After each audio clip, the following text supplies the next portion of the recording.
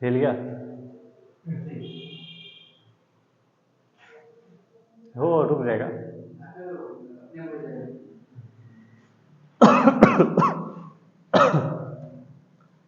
लिखो न्यूक्लियाई। ठीक है,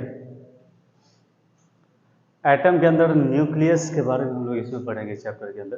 ठीक है, तो स्टार्ट करते हैं बेसिक से। इसमें कहाँ से स्टार्ट हुआ था ये, तो देखो न्यूक्लियस में लिखना, इंट्रोडक्शन में लिखो इन रदरफोर्ड एक्सपेरिमेंट से लिखते हैं कि कैसे न्यूक्लियस का डिस्कवर हुआ था इन 1911। Rutherford alpha particle scattering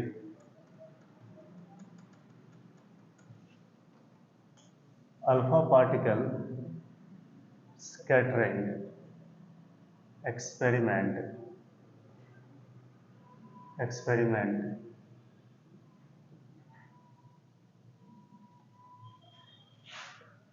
prove the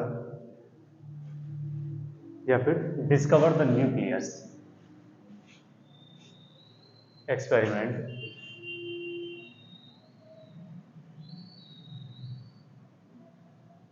discover the nucleus. ठीक है, the size of nucleus is very small and atom is almost and ऐसे लिखना कॉमा दे करके and atom is almost empty। ठीक है, also in 1932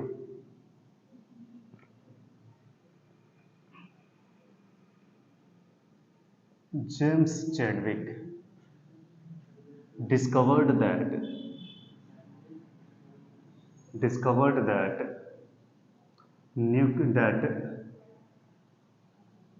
nucleus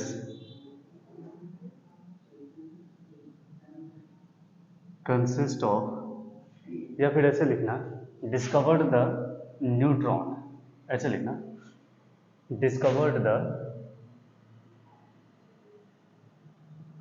neutron inside the nucleus। ठीक है, 1911 में 1911 में रदरफोर्ड ने अल्फा पार्टिकल एक्सपेरिमेंट से ये प्रूव किया था कि एटम जो होते हैं, ठीक है, एटम जो होते हैं यहाँ पे वो ऑलमोस्ट एम्प्टी होते हैं, जिसके चारों साइड में इलेक्ट्रॉन रिवॉल्व कर रहे होते हैं और अंदर में ये न्यूक्लियस होता है।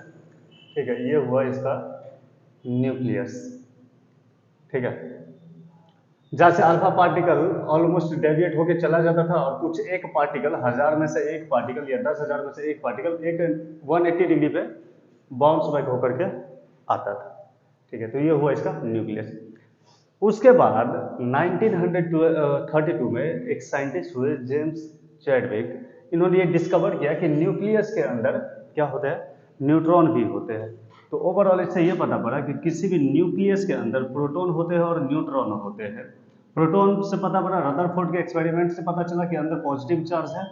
ठीक है, तो इससे ये पता पड़ा कि प्रोटॉन जो है वो पॉजिटिव चार्ज है और न्यूट्रॉन जो है वो न्यूट्रल है, इसमें कोई चार्ज नहीं होता है। ठीक है, ये पूरा क्या है, न्यूक्लियस है, ये न्यूक्लियस है। ठीक है,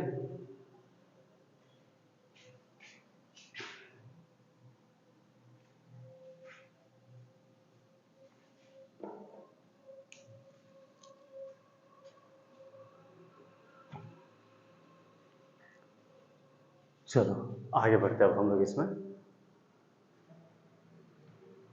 ठीक है, चलो इसे मिटाते हैं।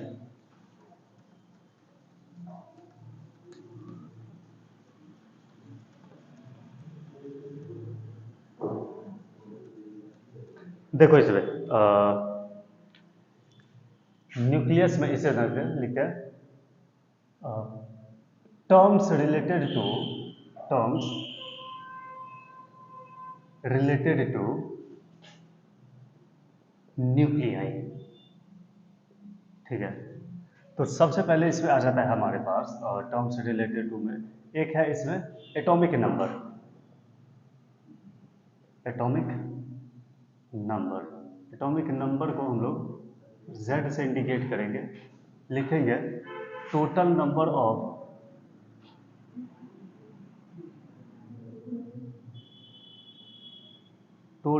Of proton in the nucleus is called atomic number। ठीक है, इंडिकेट किसे करेंगे? Z से करेंगे। सेकेंड आ जाएगा एटॉमिक मास। इसको A से इंडिकेट करते हैं हम लोग, तो लिखेंगे टोटल नंबर ऑफ, ठीक है ना, सम ऑफ लिखना, यह लिखना total number of proton and neutron is called atomic mass. ठीक है, एक टर्म आता है nucleons.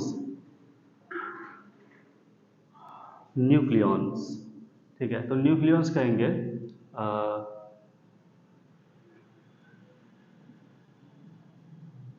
Collection of all protons and neutrons. ठीक है, प्रोटॉन्स एंड न्यूट्रॉन्स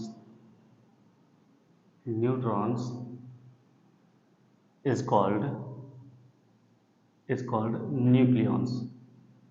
न्यूक्लियॉन्स। ठीक है, एक आता है हमारे पास नंबर ऑफ न्यूट्रॉन कैसे लिखेंगे, तो लिखो यहाँ पे नंबर ऑफ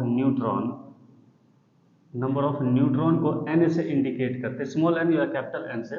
ये हो जाएगा हमारे पास मास नंबर में से एटॉमिक नंबर को माइनस कर दो, A minus of Z, that is, देखेंगे अगर हम लोग तो नंबर ऑफ न्यूट्रॉन n को लिख सकते हैं A माइनस ऑफ Z।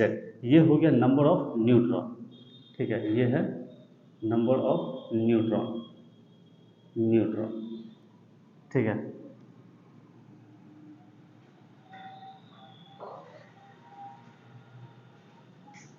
जैसे एग्जांपल ले लो, हमारे पास सोडियम है, तो सोडियम के पास एटॉमिक नंबर कितने होते हैं? Z की वैल्यू होती है इसमें 11 और मास नंबर होता है इसमें 23। तो नंबर ऑफ न्यूट्रॉन कितने हो जाएंगे? नंबर ऑफ न्यूट्रॉन हो जाएंगे हमारे पास A माइनस ऑफ Z, तो n इज इक्वल्स टू हो गया हमारे पास 23 minus 11 is equals to 12 proton होते हैं इसमें। कितने प्रोटॉन होते हैं? 12 होते हैं।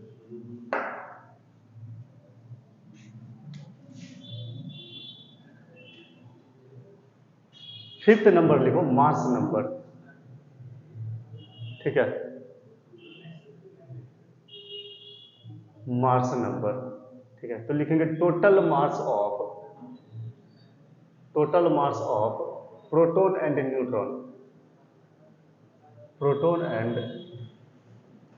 Neutron is called mass number.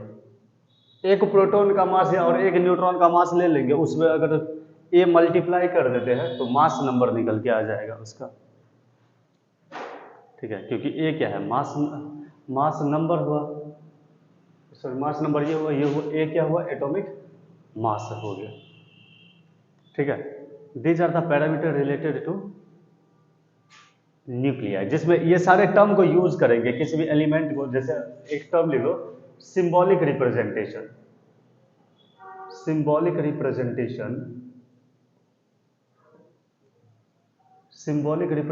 Of nucleus. किसी भी न्यूक्लियस को सिंबॉलिक रिप्रेजेंटेशन कैसे करेंगे? X A Z। तो यहां पे लिख लेना X क्या है? केमिकल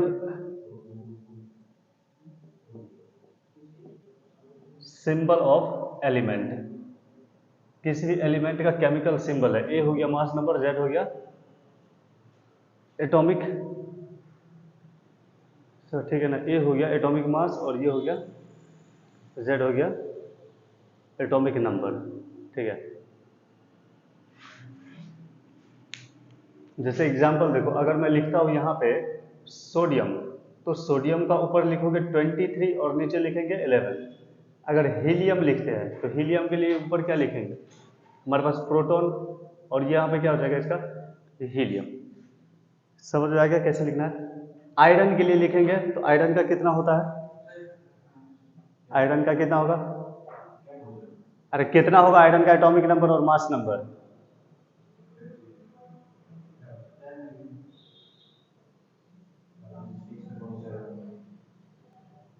56, ठीक है। और नीचे कितना है 26 है शायद, ठीक है।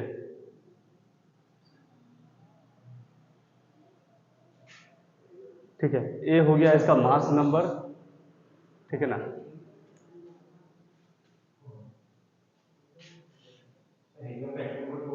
हाँ क्या चीज, ये ठीक है ना, तो ऊपर 4 होगा, गलती दी है, ठीक है। चलो आगे बढ़ो, हो गया। इस तरीके से हम किसी भी एलिमेंट को उसके एटॉमिक नंबर और उसके मास नंबर से इंडिकेट करते हैं, ठीक है।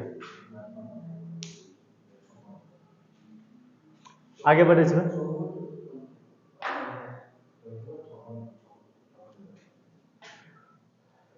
ठीक है। चलो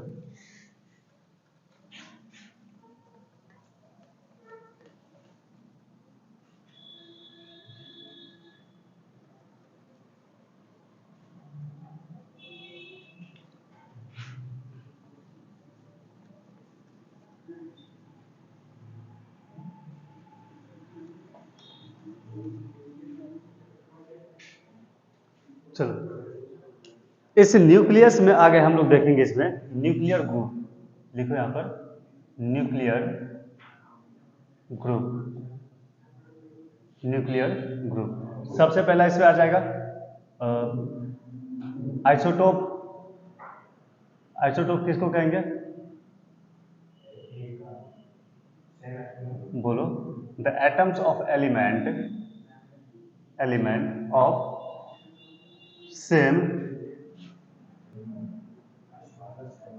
atomic number and different mass number, different mass number, ठीक है। एग्जाम्पल लिख लो इसका, कौन सा होगा एग्जाम्पल, तो H11 हाइड्रोजन का, हाइड्रोजन का अगर देखेंगे तो, ठीक है, 1 2 H का 3 1, ये सब किसके एग्जाम्पल है,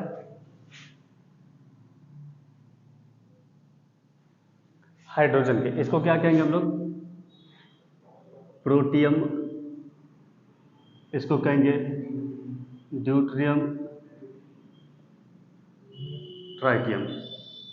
अगर इसके ड्रॉ करेंगे तो इसमें एक प्रोटॉन होगा और इसके साइड में, इसके साइड में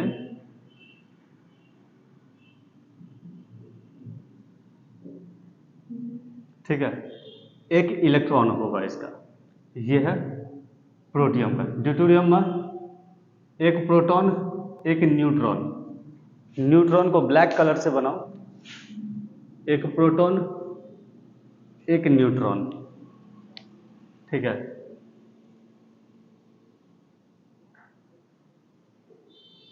यहां पे इलेक्ट्रॉन, इसमें एक प्रोटॉन दो न्यूट्रॉन, सब न्यूक्लियस है ये सब, ठीक है।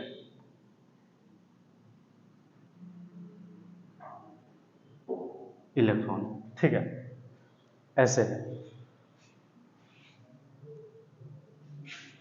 एक प्रोटॉन, इसमें एक प्रोटॉन एक न्यूट्रॉन, एक प्रोटॉन दो न्यूट्रॉन,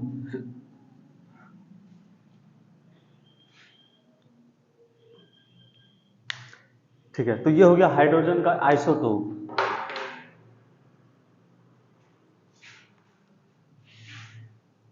नेक्स्ट लिखो इसमें आइसोबार। आइसोबार क्या हो जाएगा? The atoms of element of same mass number,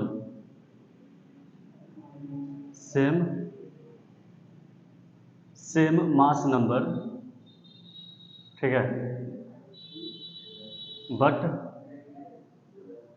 different atomic number,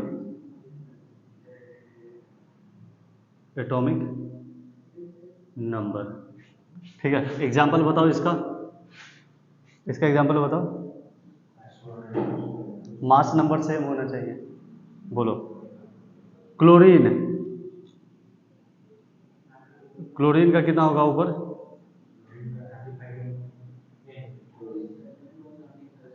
हाँ 17, ठीक है ना। एक एग्जाम्पल देखो अच्छा सा कोई आइसोबार का जो ढंग का लगे, ठीक है, जिसका क्या होना चाहिए? मास नंबर सेम होना चाहिए। एक आर्गन का है और पोटेशियम है। कितना था इसका?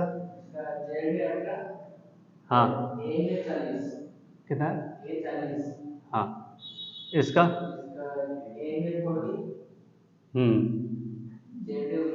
हाँ 90। हो गया, इतना ही रहने दो, ठीक है। ये है आइसो बार, आर्गन का है और एक पोटेशियम है। याद रखोगे अच्छा रहेगा, नहीं तो खाली इस डेफिनेशन से थोड़ी ना पता चलेगा।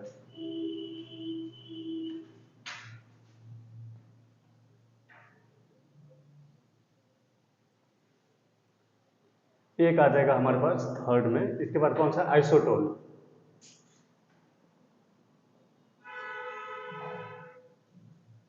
The elements of same number of neutron, same number of neutron, ऐसा element same number of neutron हो जिसका, ठीक है। एग्जाम्पल ले लो इसमें, जैसे एक क्लोरीन लोगे तो क्लोरीन का 37 और इधर ले लो कितना? 17। पोटेशियम का ही ले लोगे तो इधर कितना हो जाएगा? 39 और ये हो जाएगा 19। करो ना कितना होता है? 20। पोटेशियम का कितना है? 29 है या 40 है?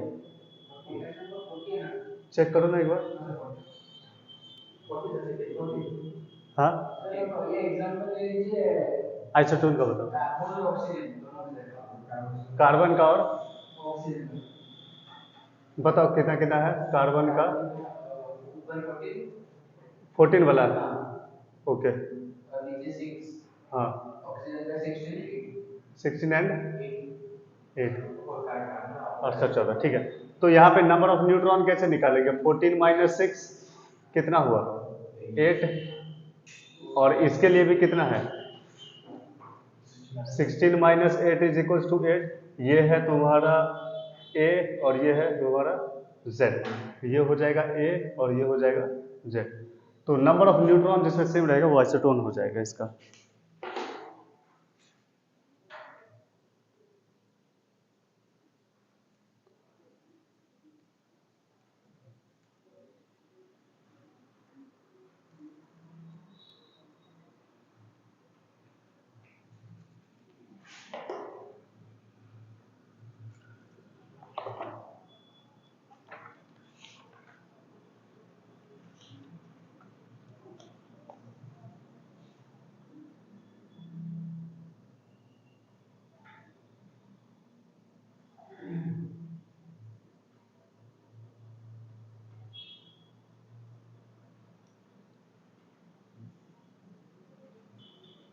एक बार पोटेशियम का चेक करना चाहिए, 39 होना चाहिए।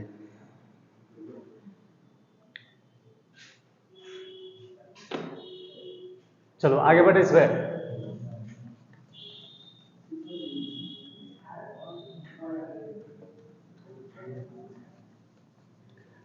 एटॉमिक मास को, ठीक है, या न्यूक्लियस के जो मास है इसको हमको एक अलग यूनिट देना पड़ेगा मास दिखाने के लिए, ठीक है। तो लिख लो इसमें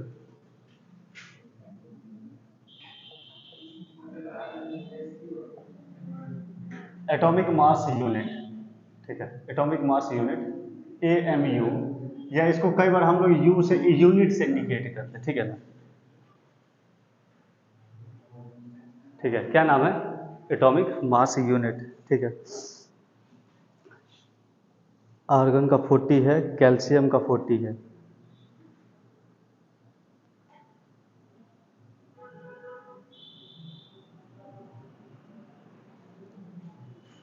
ठीक है, इसमें लिखो the mass of carbon 12 is, कितना होता है? 1.9 इंटू 10 का पावर -26 kg, ठीक है, which is very very small, very very small. So it is convenient, it is convenient to write the mass of element in terms of carbon 12, ठीक है। तो atomic mass unit को कैसे define करते हैं हम लोग?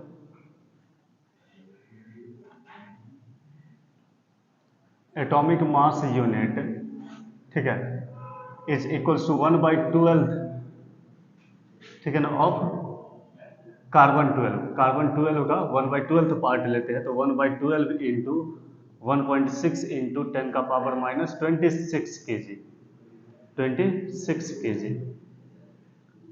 तो यहां से आ जाएगा हमारे पास atomic mass unit, atomic mass unit, ठीक है, जो कि है AMU,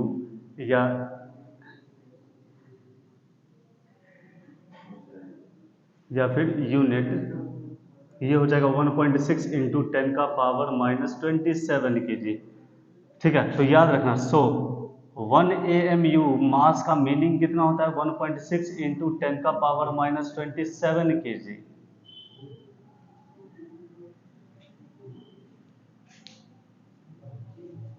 कुछ कुछ एलिमेंट के मास है उस सबको लिख लो, ठीक है, ताकि इस कंपैरिजन से हमें याद रहेगा कि मास को AMU में लिखा कैसे जाता है। जैसे इलेक्ट्रॉन, प्रोटॉन और न्यूट्रॉन के मासेस सब है लिखा हुआ है, मैं डायरेक्ट लिख देता हूँ मैं इसको, ठीक है। जैसे कि मास ऑफ इलेक्ट्रॉन है, ठीक है, तो इलेक्ट्रॉन का मास कितना होता है?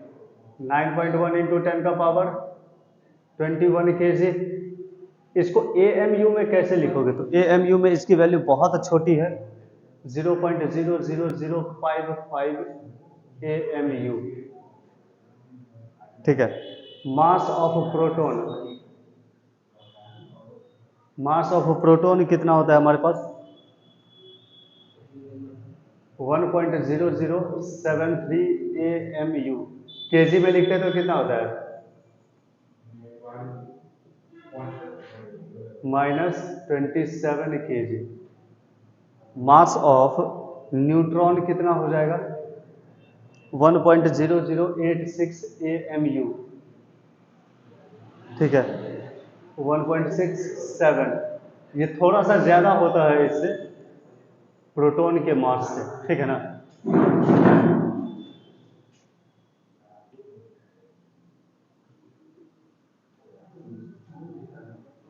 तो यहां से तुम लोग अगर एग्जांपल लोगे तो मास ऑफ हाइड्रोजन कैसे होगा? मास ऑफ हाइड्रोजन, दोनों को ऐड कर लो तो लिखेंगे मास of proton plus mass of neutron, add करो कितना होगा? 1.0073 AMU, AMU प्लस 1.0086 AMU, ठीक है। ऐड करो ना, कितना होगा? ये 2 पॉइंट,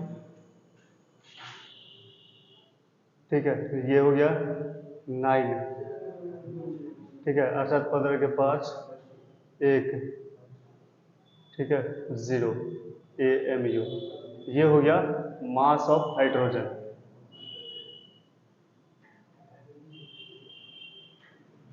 मास ऑफ हाइड्रोजन।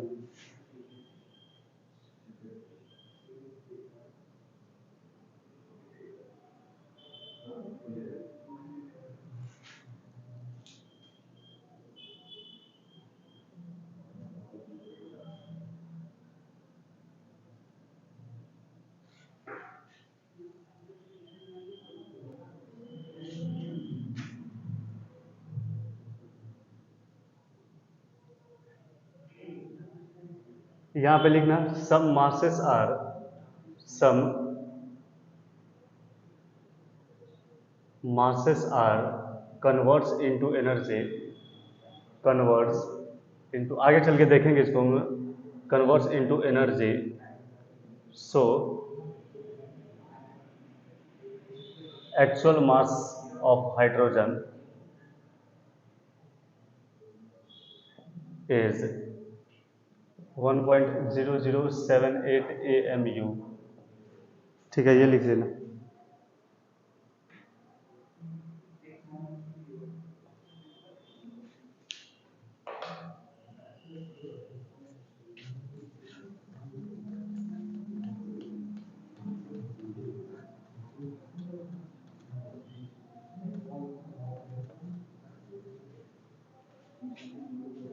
ठीक है, आगे लिखो इस पर, size of nucleus.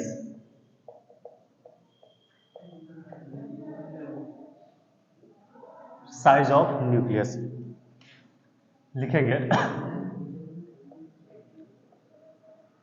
The nucleus is very very small, very very small. ठीक, all protons and neutrons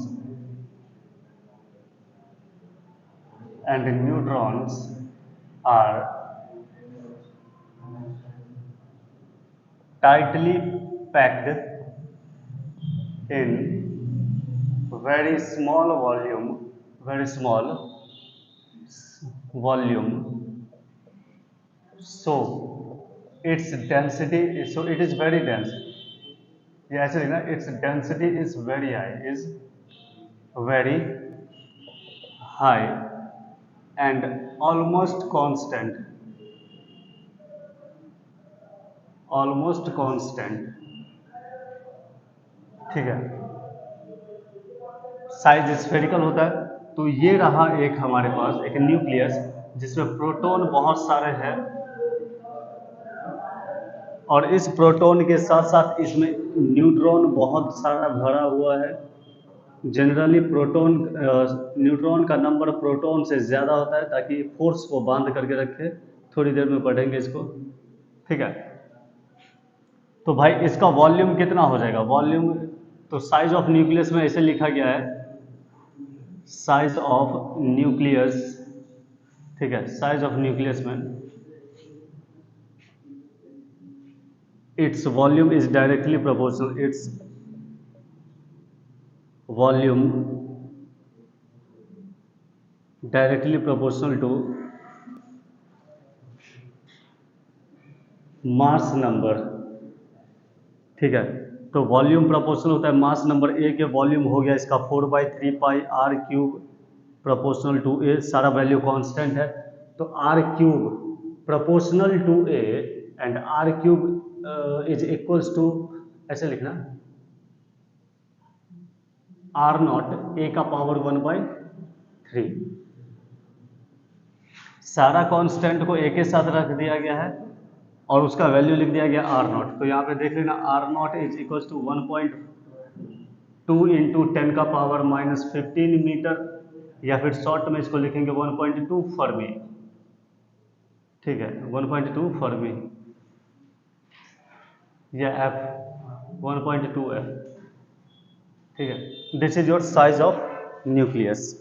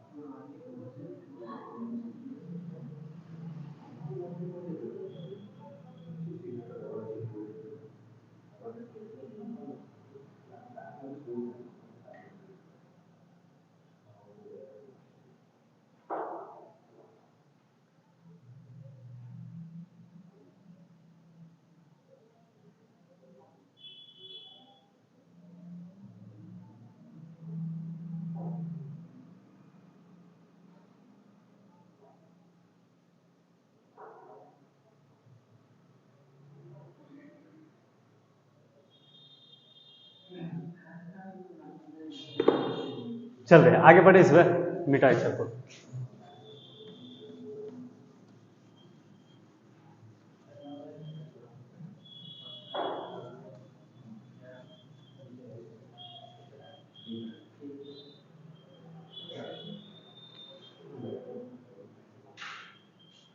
ठीक है, देखो भाई न्यूक्लियस का साइज कैसे डिफाइन करते हैं, r equal to r not A का पावर 1/3। कुछ क्वेश्चंस होंगे आगे कर लेंगे। अब बात आता है कि न्यूक्लियस के अंदर प्रोटॉन के पास तो चार्ज होता है पॉजिटिव और न्यूट्रॉन के पास चार्ज होता है 0। फिर भी ये छोटे से वॉल्यूम में किस तरीके से एडजस्ट करके स्ट्रॉन्ग न्यूक्लियस बनाते हैं, टूटता काहे नहीं है ये। तो अब हम लोग देखेंगे इसकी स्टेबिलिटी कैसे होती है, इस पे फोर्स कौन कौन से लगते हैं। ठीक है, तो अब हम लोग इसमें देखने वाले हैं कि फोर्सेस इन अ न्यूक्लियस। तो लिखो यहां पर न्यूक्लियर फोर्स, ऐसे लिखना, nuclear force and its stability, it's stability. ठीक है, देखो यहां पे न्यूक्लियस बहुत ही छोटे से वॉल्यूम में बने हुए रहते हैं, सारे पार्टिकल्स इसी में रहते हैं। तो लिखेंगे as nucleus is very small and tightly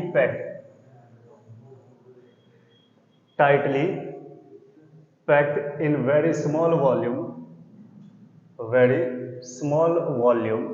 बहुत छोटे वॉल्यूम में ये इतना छोटा होता है ना कि इसको तोड़ना बड़ा मुश्किल होता है। न्यूक्लियस टूटेगा तो एटम तक एग्जिस्ट नहीं करेगा, बहुत मुश्किल होता है किसी भी न्यूक्लियस को तोड़ना। तो देखते हैं इस पर फोर्स कौन कौन से लगते हैं और क्या क्या काम करता है। तो लिखेंगे इन न्यूक्लियस, लिखना, या in nucleus two forces are act simultaneously. सबसे पहला आता है इसमें इलेक्ट्रोस्टैटिक फोर्स। कौन सा आता है, इलेक्ट्रोस्टैटिक्स। ठीक है, इलेक्ट्रोस्टैटिक फोर्स। तो भाई कहां लगता है इलेक्ट्रोस्टैटिक फोर्स, तो कहेंगे this electrostatic force acting between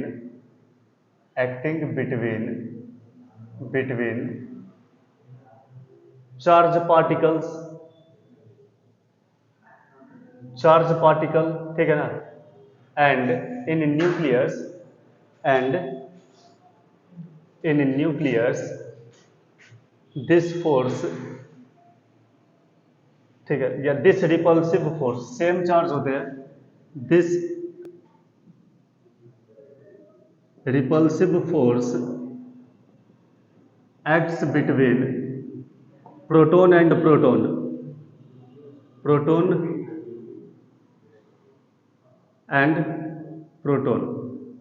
ठीक है, रेंज भी इसका ज्यादा रहता है। तो प्रोटॉन में रिपल्सिव का फोर्स लगेगा तब तो वो सेपरेट हो जाना चाहिए, न्यूक्लियस फॉर्म ही नहीं करना चाहिए। प्रोटॉन और प्रोटॉन में इस तरीके से फोर्स लगेगा तो वो सेपरेट हो जाना चाहिए, ये इलेक्ट्रोस्टैटिक फोर्स है। ठीक है ना, न्यूट्रॉन के पास तो कोई चार्जर नहीं है तो फोर्स तो लगवे नहीं करेगा इलेक्ट्रोस्टैटिक्स वाला। ठीक है,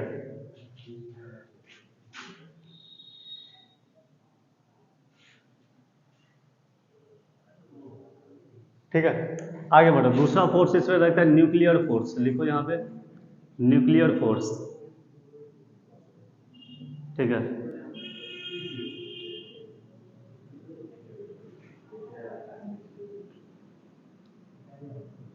लिखो this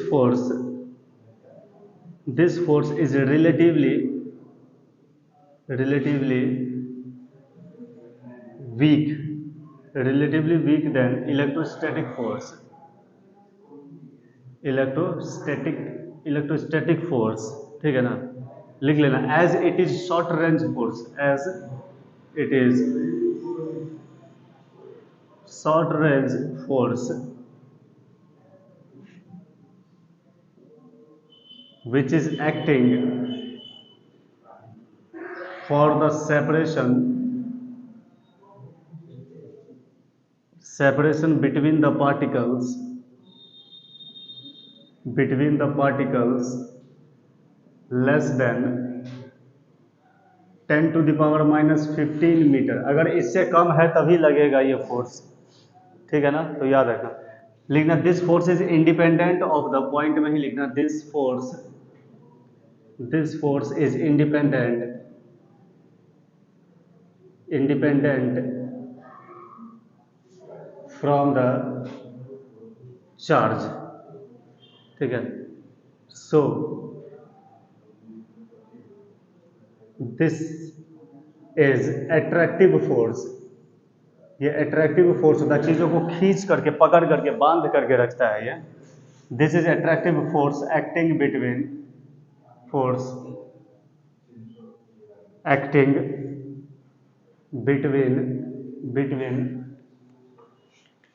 between proton neutron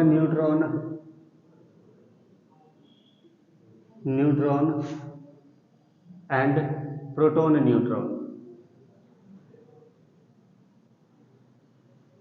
neutron सबको अट्रैक्ट करेगा। चार्ज से कोई मतलब ही नहीं है। कब नहीं होना चाहिए मतलब, जब डिस्टेंस इसका होना चाहिए less than 10 to the power minus 15 metre, ठीक है। मतलब एक फर्मी के डिस्टेंस पे अगर रहेगा तो पार्टिकल का चार्ज से कोई मतलब नहीं है।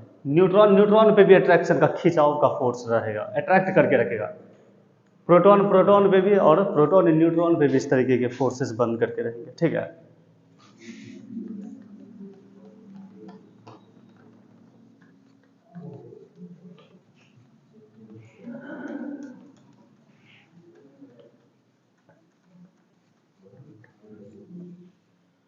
ठीक है। So this is the attractive force acting between proton and proton neutron, सबके बीच में लगता है। ये दोनों फोर्स इसके ऊपर काम करते हैं, किसके ऊपर, न्यूक्लियस के ऊपर। कैसे काम करते तो तुम यहां देखो, ये देखो, ये पूरा का पूरा क्या है, न्यूक्लियस है। और मान के चलो एक प्रोटॉन यहां है, एक प्रोटॉन यहां है, ठीक है। प्रोटॉन है, तो प्रोटॉन तो भाई सब जगह है, और सारा प्रोटॉन क्या करेगा, रिपेल करेगा। ये वाला प्रोटॉन इसको कितने फोर्स से रिपेल करेगा भाई, ऊपर की तरफ रिपेल किया कूलम्बिक फोर्स से। ये वाला प्रोटॉन, जितने प्रोटॉन है ये सारे प्रोटॉन रिपेल करेंगे। ये वाला प्रोटॉन इसको यहां से रिपेल करेगा तो ये इस डायरेक्शन में फोर्स जाएगा, ये यहां से रिपेल करेगा तो इस डायरेक्शन में फोर्स जाएगा, ठीक है। इसी रिपल्सिव फोर्स के बीच में न्यूट्रॉन का नंबर ज्यादा होता है, और न्यूट्रॉन इस तरीके से छोटे छोटे जो ब्लू कलर में है ये सारे न्यूट्रॉन है।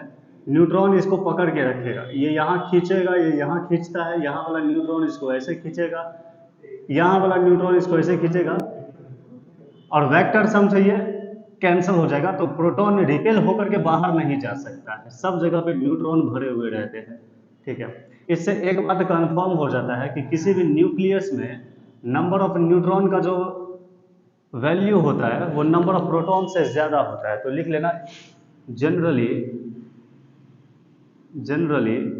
Number of neutron is greater than number of proton in any nucleus. किसी भी न्यूक्लियस में नंबर ऑफ प्रोटॉन, ठीक है ना, जितने भी कूलम्बिक फोर्सेस सबको कैंसल आउट करके इसको हटा देगा और प्रोटॉन को बांध करके रखेगा, क्योंकि नंबर ऑफ न्यूट्रॉन ज्यादा होता है और डिस्टेंस कम होता है, तो अट्रैक्शन वाला फोर्स, न्यूक्लियर फोर्स ज्यादा लगता है, तो चीजों को पकड़ करके ऐसे रखता है, ठीक है। ठीक है, इसमें देखो अब स्टेबिलिटी ऑफ न्यूक्लियस, ठीक है। आगे इसी में लिखना, ठीक है। न्यूक्लियर फोर्स एंड स्टेबिलिटी में लिखेंगे, when there is balance between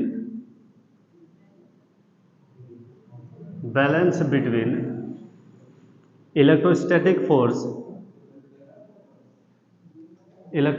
force and nuclear force,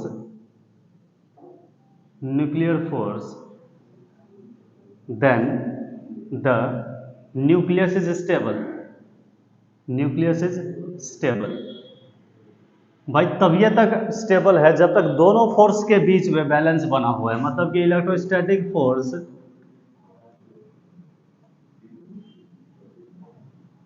electrostatic force equal होना चाहिए न्यूक्लियर फोर्स के,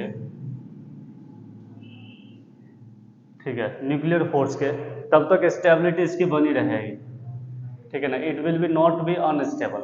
हाँ, कोई आगे केसेस समझेंगे जिसमें कि न्यूक्लियस अनस्टेबल हो जाता है, जैसे हैवी न्यूक्लियर जो हो गए ना वो बहुत ज़्यादा अनस्टेबल हो जाते हैं, उस केस में वो टूट जाते हैं, और जब न्यूक्लियस टूटते हैं तो उसको हम लोग रेडियो एक्टिविटी कहते हैं, ठीक है। तो हैवी न्यूक्लियस जब स्पॉन्टेनियस हो करके टूटने लग जाए तो उसको हम लोग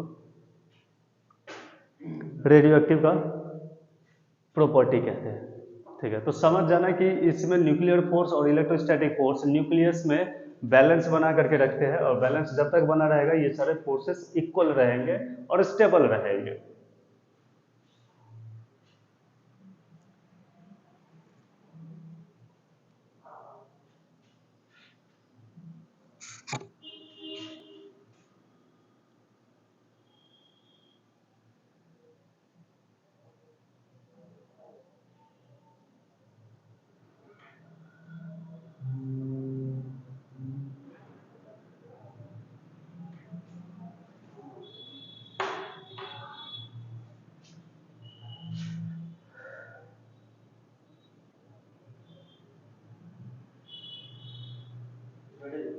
हाँ,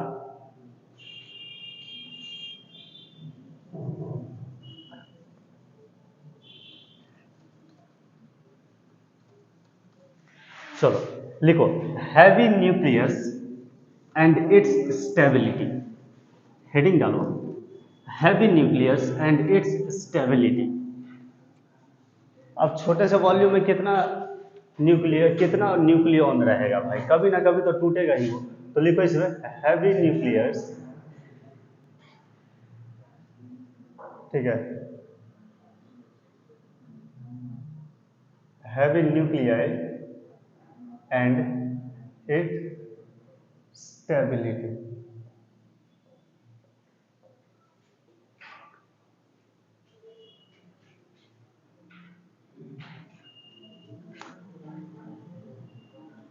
लिखो,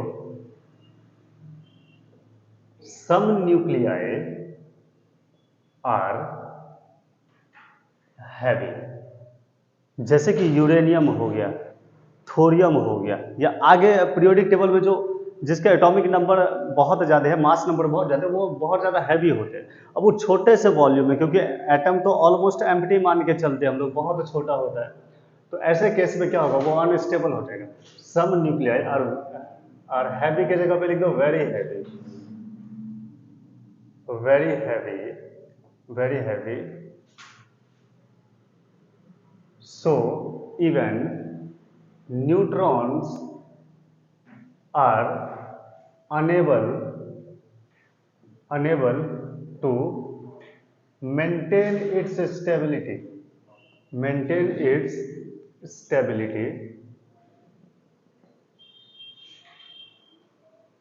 ठीक है। some nuclei are very heavy so that even neutrons are unable to maintain its stability, and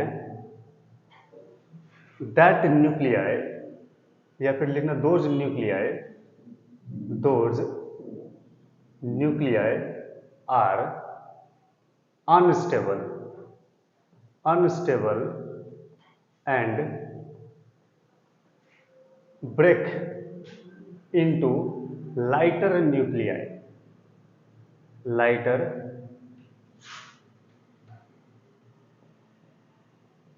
lighter nuclei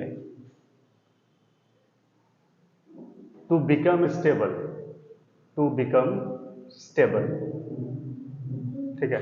this process of breaking of nuclei is called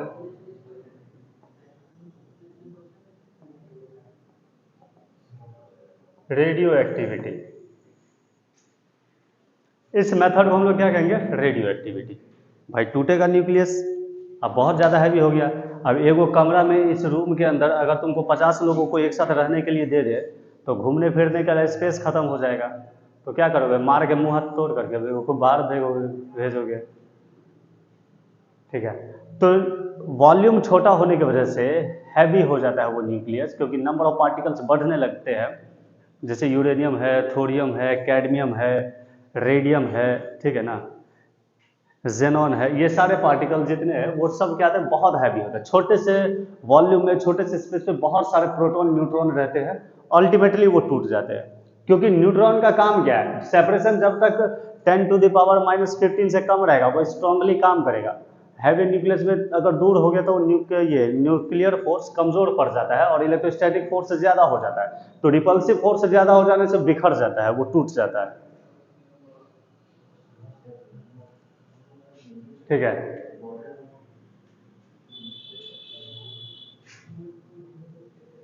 आगे बढ़े इसमें। देखो इसमें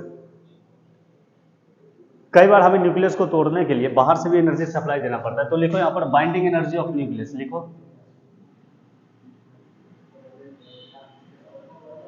बाइंडिंग एनर्जी ऑफ न्यूक्लियस।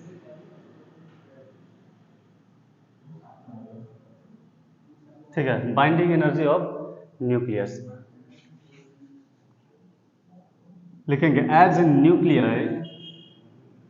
ठीक है, nucleus consists of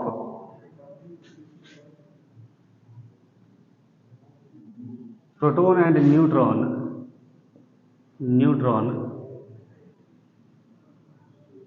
which are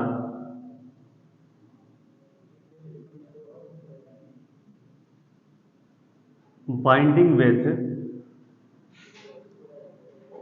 very strong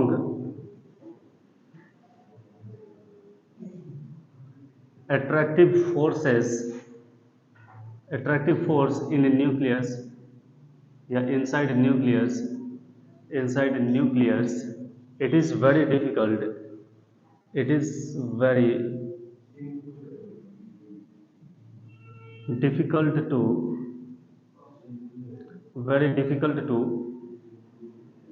break the nuclei। ठीक है, सो यहाँ देखो द एनर्जी रिक्वायर्ड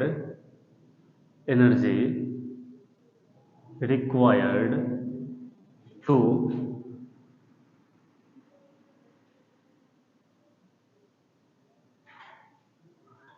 ऐसे लिखना है, energy required to be supplied to break the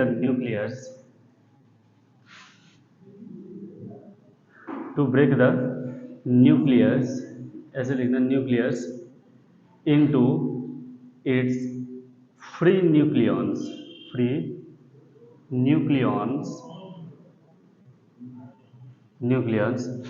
that energy is called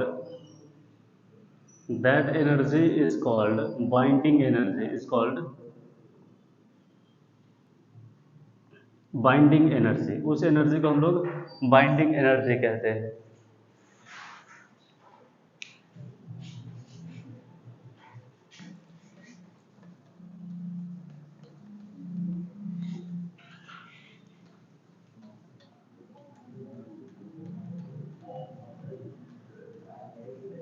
ठीक है, इज कॉल्ड बाइंडिंग एनर्जी। तुम यहाँ पे देख सकते हो, अगर कोई एलिमेंट है ए और जेड का, इसको अगर हम लोग बाइंडिंग एनर्जी दे दे, बाइंडिंग एनर्जी का शॉर्ट फॉर्म लिख लेना B.E।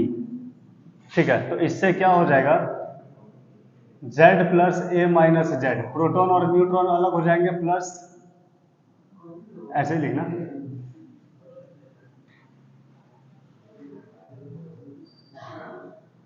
ठीक है, यहीं पे लिख लो प्रोटॉन न्यूट्रॉन। ठीक है, कोई भी एक एलिमेंट का न्यूक्लियस है, ये क्या है, न्यूक्लियस है, किसी भी एक एलिमेंट का न्यूक्लियस है, इसको बाइंडिंग एनर्जी दी है तो टूट गया। ठीक है, तो हम लोग कह सकते हैं वो तो ठीक है, आप कहाँ से आए? तुम्हारा एग्जाम नहीं था क्या आज?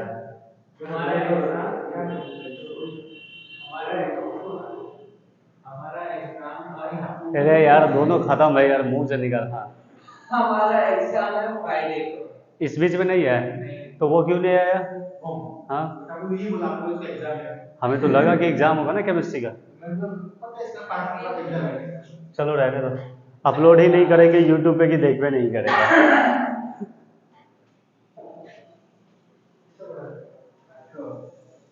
ठीक है, शांत रहो यार। समझ में आया? किसी भी न्यूक्लियस को तोड़ने के लिए अगर बाहर से एनर्जी दे दो, जैसे कि ये न्यूक्लियस है, इसके पास प्रोटॉन बहुत सारे हैं, बहुत सारे क्या है, प्रोटॉन है। इसमें बहुत सारे न्यूट्रॉन है। क्या पढ़ाएंगे तुम लोगों को भी?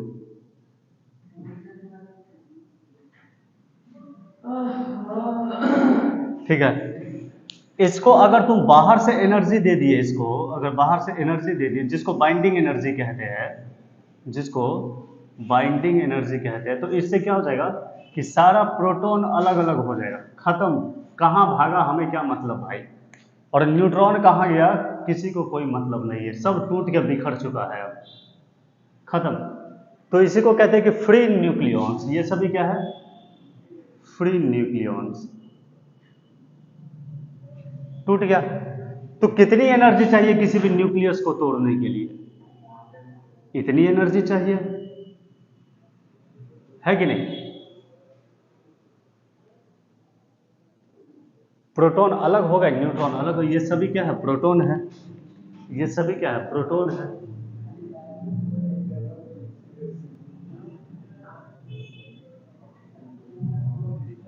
ठीक है, हो गया अलग। इसको क्या कहते हैं हम लोग, बाइंडिंग एनर्जी। तो बाइंडिंग एनर्जी का डेफिनेशन क्या होगा?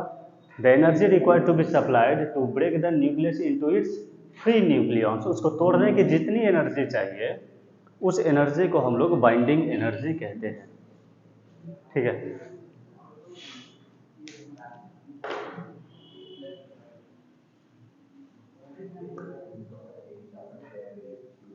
अच्छा इससे एक चीज ये पता पड़ता है, सुनो, अगर हमारे पास यूरेनियम को तोड़ने के लिए मान के चलो कि 500 मेगा इलेक्ट्रॉन वोल्ट की एनर्जी चाहिए, ठीक है,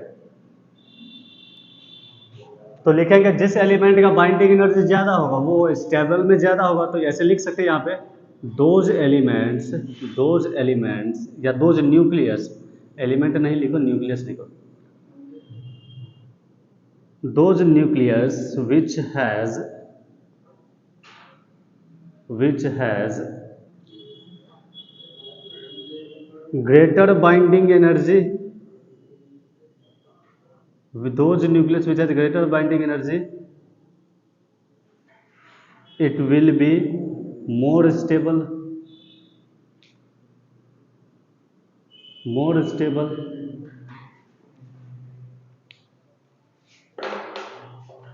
ठीक है, लेकिन भाई स्टेबिलिटी चेक करने के लिए हम लोगों के पास एक और क्राइटेरिया है, जो बाइंडिंग एनर्जी से भी बेटर क्राइटेरिया है। फिलहाल के लिए समझेंगे कि जिस एलिमेंट को उसके न्यूक्लियस को तोड़ने की ज्यादा ताकत चाहिए, उसकी स्टेबिलिटी ज्यादा है, यही कहेंगे ना रे। अब किसी को तोड़ने के लिए हमें मान के चलो कि 20 मेगा इलेक्ट्रॉन वोल्ट से टूट जाता है, और कोई एलिमेंट का न्यूक्लियस है जो कि 500 मेगा इलेक्ट्रॉन वोल्ट से टूट जाता है न्यूक्लियस, तो कौन सा स्टेबल हुआ? स्टेबिलिटी किसका ज़्यादा हुआ? जिसका 500 मेगा इलेक्ट्रॉन वोल्ट से, जिसको हम लोग तोड़ते हैं। ठीक है, लिख लिया इसको। बाइंडिंग एनर्जी समझ में आ गया ना कैसे होता है? आगे बढ़ो, इसमें लिखो formation of nucleus. Formation of nucleus. चलो भाई, न्यूक्लियस फॉर्म कैसे करता है देखते हैं जरा हम लोग। मिटाओ इस सबको। क्या नहीं है? कैलकुलेशन बहुत है, अभी करेंगे ना।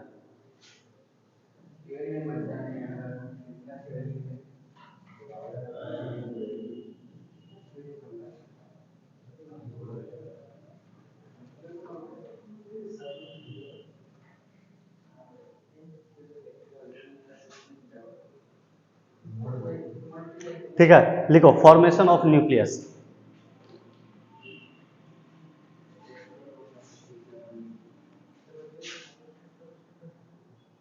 लिखो यहाँ पे formation of nucleus, formation of nucleus. बनता कैसे है न्यूक्लियस, तो इसको समझ लो कि सीधी बात क्या है भाई, अगर तुम लोग प्रोटॉन को और न्यूट्रॉन को एक साथ लाओगे तो इससे क्या बनेगा, एक एलिमेंट बनेगा एक्स, यही हुआ ना, ये न्यूक्लियस ही तो हुआ, प्लस इसके साथ बहुत सारा एनर्जी रिलीज होगा, इतनी एनर्जी रिलीज होगी कि क्या बताए कितनी एनर्जी रिलीज होगी। ठीक है, ध्यान से समझना, ये क्या है, नंबर ऑफ प्रोटॉन, क्या है, नंबर ऑफ प्रोटॉन, ये क्या है, नंबर ऑफ न्यूट्रॉन, ये क्या है, न्यूक्लियस, और ये है एनर्जी रिलीज। ठीक है, बहुत ज्यादा एनर्जी रिलीज होगा तब जाके न्यूक्लियस फॉर्म होगा, एक छोटा सा nucleus.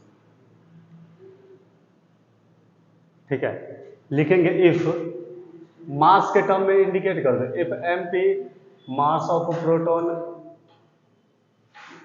Mass of proton, M N mass of neutron, mass of neutron, M X, ठीक है ऐसे लिख लो, एम एक्स, कैपिटल एम लिखो अच्छा लगेगा, M X mass of nucleus, mass of nucleus.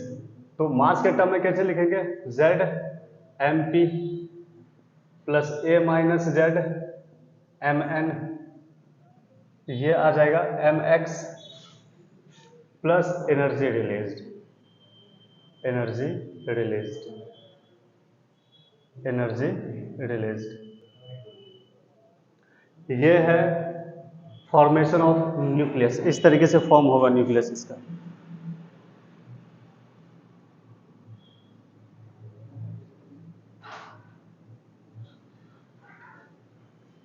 ठीक है, इससे क्या पता चला, ये है क्या चीज, ये है total mass of proton, total mass of protons, बहुत सारे प्रोटॉन्स हैं, ये है टोटल मास ऑफ न्यूट्रॉन्स, और ये है मास of nucleus, mass of nucleus, mass of nucleus. ठीक है, मास ऑफ न्यूक्लियस।